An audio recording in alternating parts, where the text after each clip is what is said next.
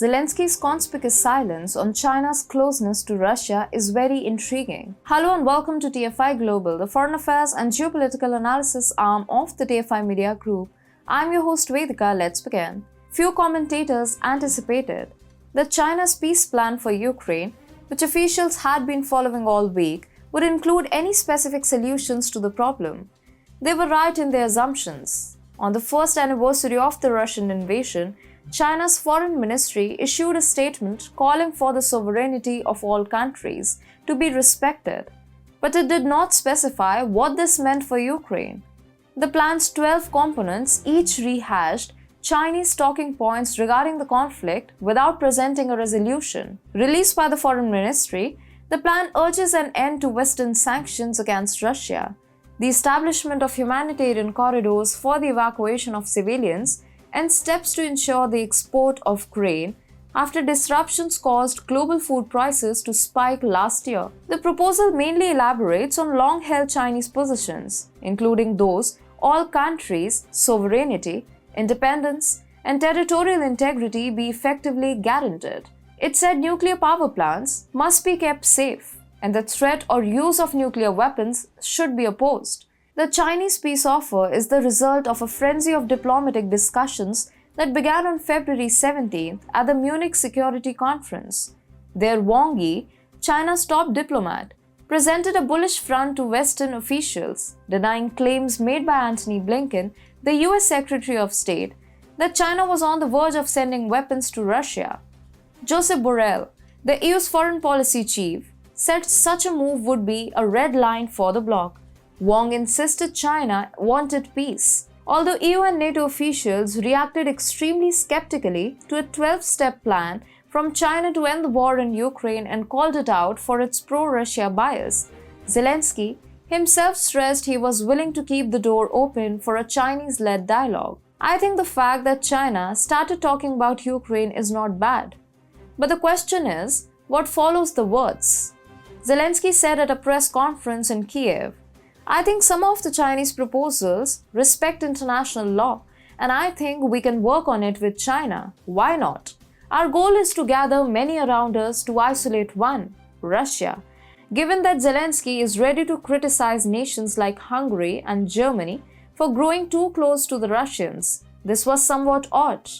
You see, the president of Ukraine is engaging in a diplomatic long game with Xi Jinping, the president of China, who is Moscow's top friend.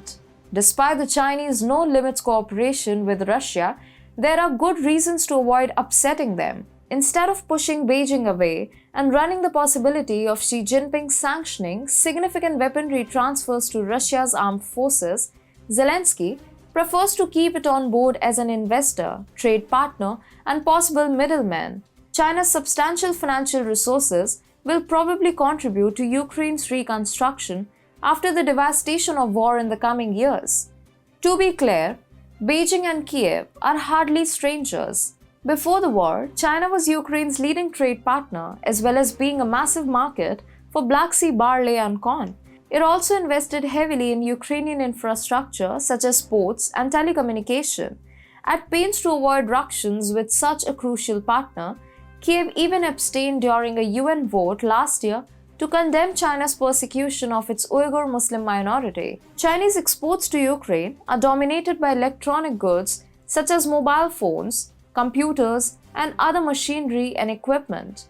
The bulk of Ukraine's consumer goods imports, such as clothing, footwear, and bicycles, come from China. China is also a big provider of medicines, example antibiotics. China mainly imports commodities from Ukraine such as iron ore, agricultural products, and basic metal products. Grains, mainly maize, barley, and wheat, accounted for half of China's agricultural product imports from Ukraine in 2020. The only important high-tech product that China imports from Ukraine is jet turbine engines. China buys nearly half of Ukraine's iron ore production, barley, jet turbine engines, and vegetable oils.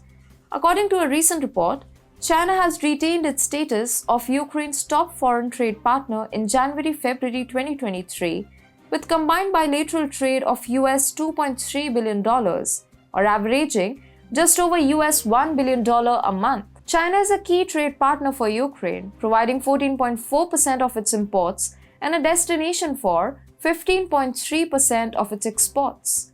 China mainly exported machinery, equipment and vehicles, fuel and energy products and chemical products to Ukraine. It imported food products, metals, metal products, and some machinery, equipment and vehicles.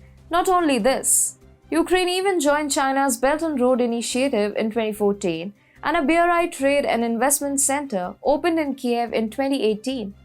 Chinese companies have been investing in Ukraine's ports. COFCO, China's state-owned agribusiness giant, invested $50 million in Mariupol, now a frontline city in Donetsk province, which has been besieged by pro-Russia separatists since 2014, to triple its agricultural transshipment capacity.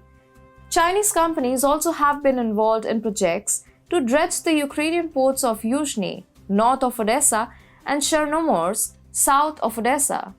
Pre-conflict, Chinese companies also saw opportunities in Ukraine's energy sector, including renewables, solar and wind, and nuclear power. Ukraine hopes to become self-sufficient in uranium, and there have been discussions with the China Development Bank about Chinese investment in this sector.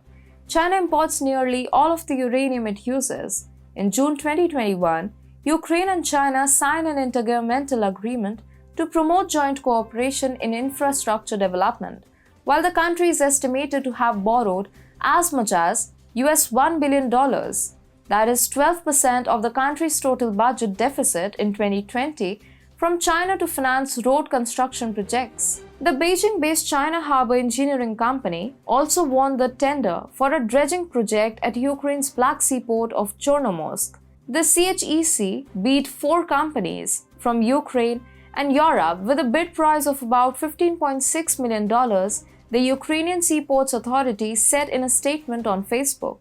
Under the project, the Chinese company had to carry out the dredging at the port's approach channel and deepen one of the port's operational areas, it said.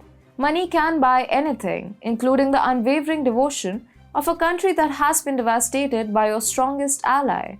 Zelensky's false bravado is restricted to Western countries solely because he is aware that any action taken against the Chinese could hamper the free movement of products and money, further jeopardizing an already battered Ukraine.